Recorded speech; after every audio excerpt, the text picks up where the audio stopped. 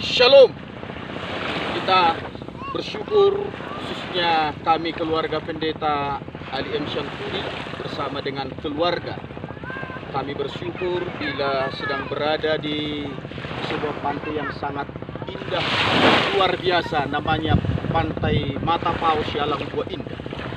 Nah, saudaraku yang terkasih dalam Tuhan Yesus Kristus, berbicara tentang pantai itu membuat banyak hal yang sangat luar biasa.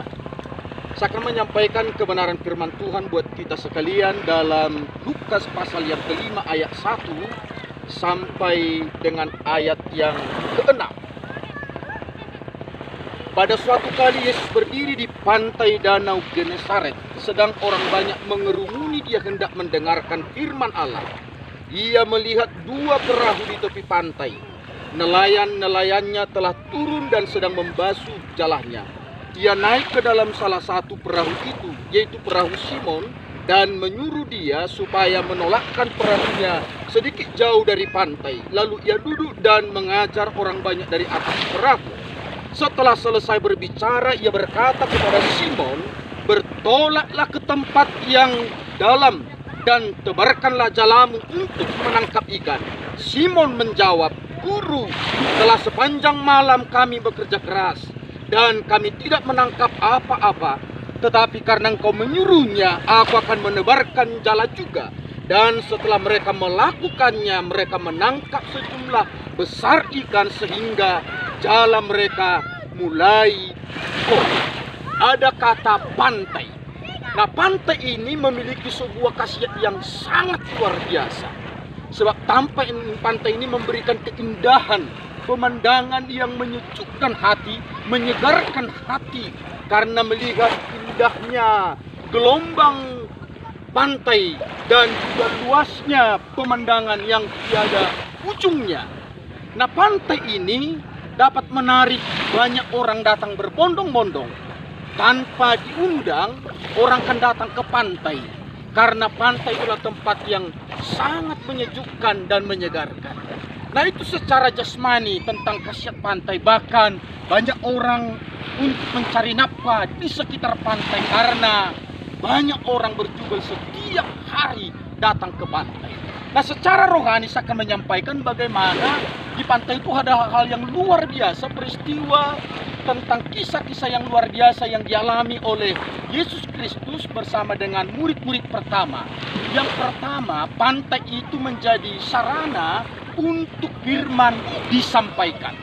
Nah, saudaraku yang terkasih dalam Yesus Kristus, pertama kali Yesus menyampaikan kebenaran firman Tuhan justru sedang berada di pantai.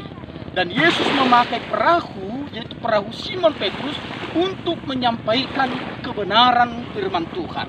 Nah, jadi pantai ini adalah suatu tempat di mana kita bisa menyampaikan kebenaran firman Tuhan. Karena di pantai ini banyak orang datang berbondong-bondong.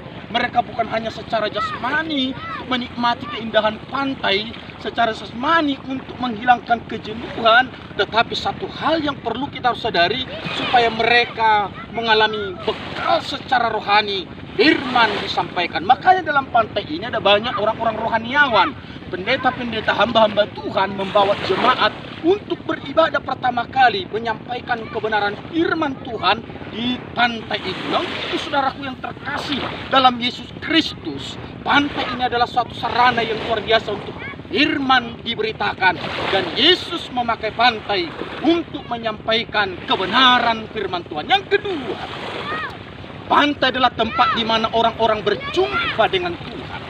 Di pantai itulah banyak orang berbondong-bondong, banyak orang berjumpa dengan Yesus Kristus. Kita berdoa supaya setiap ada pantai, di sana banyak orang mengalami hadirat Tuhan, perjumpaan secara pribadi dengan Tuhan. Yang ketiga, kita melihat dari firman Tuhan yang saya baca tadi, bahwa pantai itu tempat orang mengalami mujizat Tuhan. Saudara-saudaraku, bahwa Yesus melakukan mujizat yang luar biasa itu pada waktu dia berada di pantai, dan waktu dia bertemu dengan Simon Petrus, penjala ikan yang hebat itu.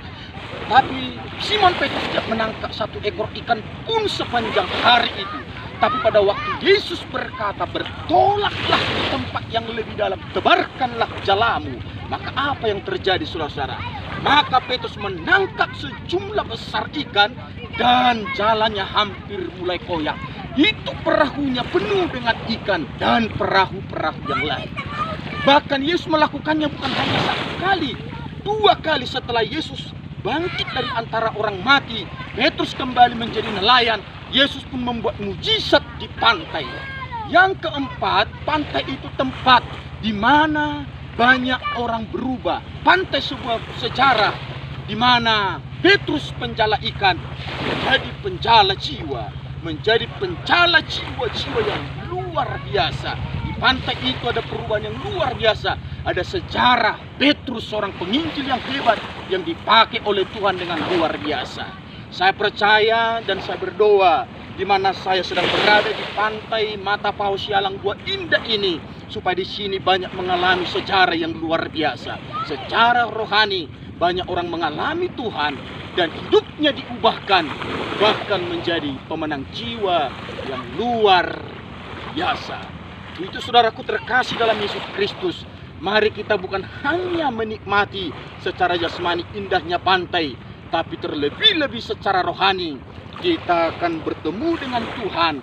Kita akan merenungkan kasih Tuhan, ciptaan Tuhan yang begitu luar biasa, sehingga kita mengucap syukur, rasa kagum akan kehebatan Tuhan kita. Amin. Firman Tuhan, kiranya kita semua diberkati oleh Tuhan Yesus Kristus. Haleluya, haleluya. Amin.